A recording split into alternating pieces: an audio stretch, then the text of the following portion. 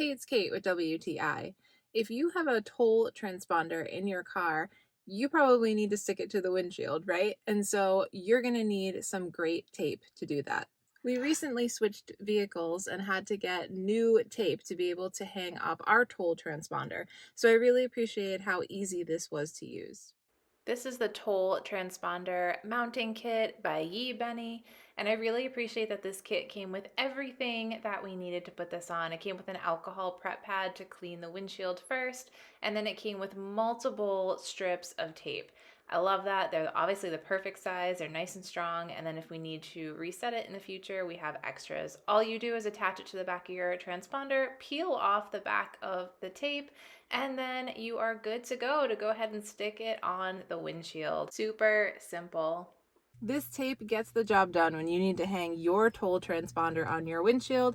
I highly recommend checking this out, but that's just my point of view.